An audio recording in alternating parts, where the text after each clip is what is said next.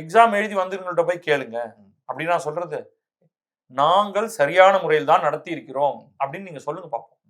அப்ப இந்த எவிடன்ஸ் எல்லாம் ஃபேப்ரிகேட்டட் எவிடன்ஸ். அவர் சொல்ல நாங்க சரியா நடத்தி இருக்கிறோம், பட் இந்த ஒரு குற்றச்சாட்டு வைக்கிறாங்கன்னு சொன்னா நீங்க அதெல்லாம் தேர்வானவர்கள்ட்ட போய் கேட்க முடியும். அவங்க நாங்க பணம் கொடுக்கலங்கிற அவர் சொல்லுவாங்க, நான் நியாயமா கரெக்டா தேர்வு எழுதிதாங்க. அது நம்ம அது இப்ப வந்திருக்கே 150 பேர் 25 லட்சம் கொடுத்திருக்கிறார்கள் அப்படிங்கிறதுக்கான தகவல் பக்கம் பக்கமா பிரிண்ட் அவுட் எடுத்து கொடுத்திருக்காங்களே. யாரெல்லாம் நீங்க குறைந்தபட்சமாக அதை எக்ஸாமின் பண்ணுவோம் அப்படின்னு சொல்லணும் இல்லையா? அதை எக்ஸாமின் பண்ணணும் இல்லையா? அதாவது நான் சொல்றேன், நீங்க சொல்ற இல்ல, என்ஃபோர்ஸ்மெண்ட் டைரக்டரேட் சொல்லுங்க. தகவல் வந்து பிரிண்ட் அவுட் எடுத்து கொடுத்திருக்காங்க.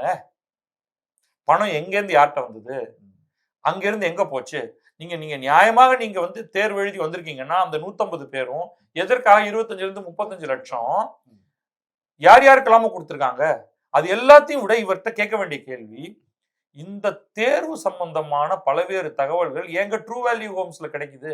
அவர் வந்து அந்த ட்ரூ வேல்யூ ஹோம்ஸ் நடத்துறவங்க வந்து இந்த துறைக்கு தலைவர்களா, அமைச்சரா? அமைச்சர் வேற யாரோ, அவர் உறவினர் தானே. எப்படி அங்க கிடைச்சது இந்த தகவல்லாம்? அதுக்கு பதில் சொல்லணும்ல அவரு.